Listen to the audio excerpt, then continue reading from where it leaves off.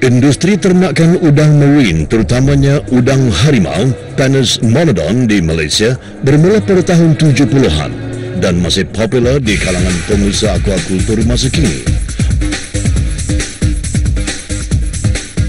Perangkaan tahun 2003 menunjukkan pengeluaran daripada ternakan udang laut adalah berjumlah 26,178,71 tan metrik bernilai 627 juta ringgit, serta telah menyumbang sebanyak 50% daripada jumlah keseluruhan nilai pengeluaran akuakultur negara.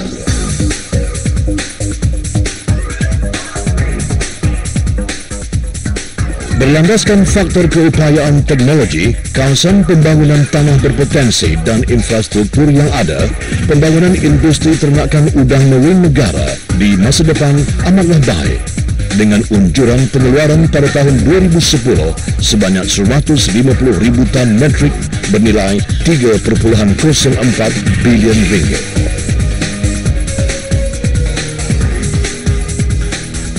Hasil ternakan udang marine basah, sejuk beku dan diproses sama ada dijual di pasaran tempatan juga diekspor ke luar negara seperti Eropah, Amerika Syarikat, Jepun, Australia, Brunei, Singapura, Thailand dan lain. Malah pasaran di luar negara menjadi keutamaan pengusaha kerana ianya lebih menguntungkan. Dengan termeterinya perjanjian WTO, Malaysia diwajibkan menjalankan program pemantauan jaminan kualiti dan keselamatan makanan laut.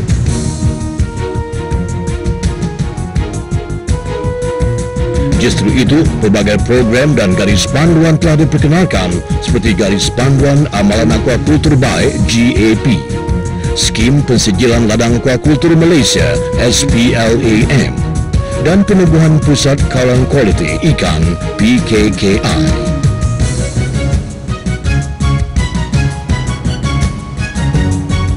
Khusus untuk udang marine ternakan, kehadiran ejen antibiotik iaitu chloramphenicol dan nitrofurans yang boleh menyebabkan penyakit kanser adalah faktor yang menyebabkan udang tersebut tidak selamat dimakan dan dilarang di kebanyakan negara pengimpor.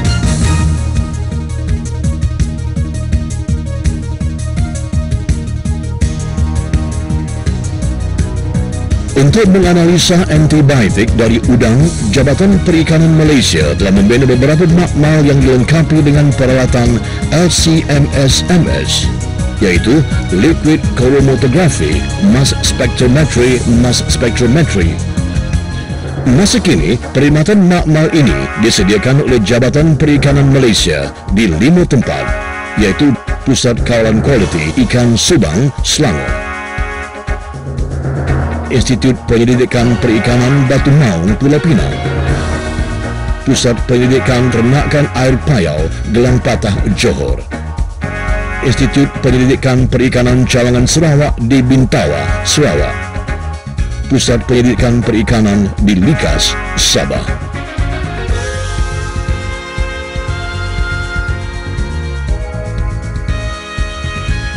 Masa kini, perkhidmatan makmal analisa antibiotik ini adalah secara percuma dan Jabatan Perikanan Malaysia dijangka akan mengenakan bayaran minima mulai tahun hadapan.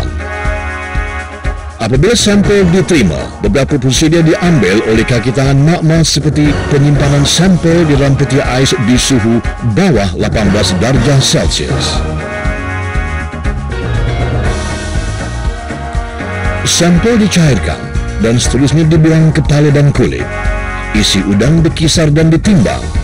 Kemudian, tisu udang tersebut akan dirungkai, ekstrak beberapa kali menggunakan pelarut dan peralatan-peralatan tertentu untuk menghasil cecair ekstrak.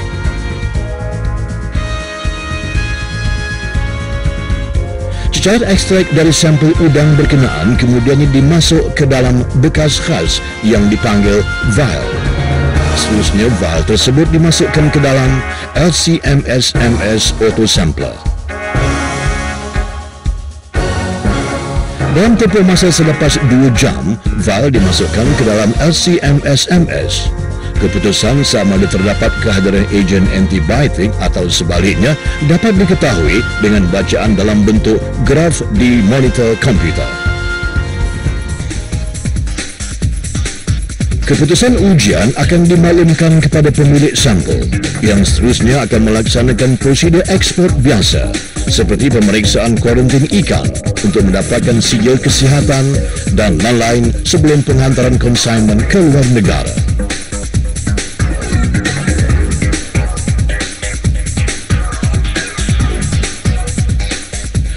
Dalam menghadapi era globalisasi, pengeluar tempatan perlu memastikan produk yang dikeluarkan setanding dengan negara-negara pesaing dan memenuhi piawaian negara pengimport. Produk yang dikeluarkan hendaklah berkualiti baik serta berupaya memenuhi syarat-syarat keselamatan makanan, iaitu bebas dari virus, bakteria, logam berat dan antibiotik.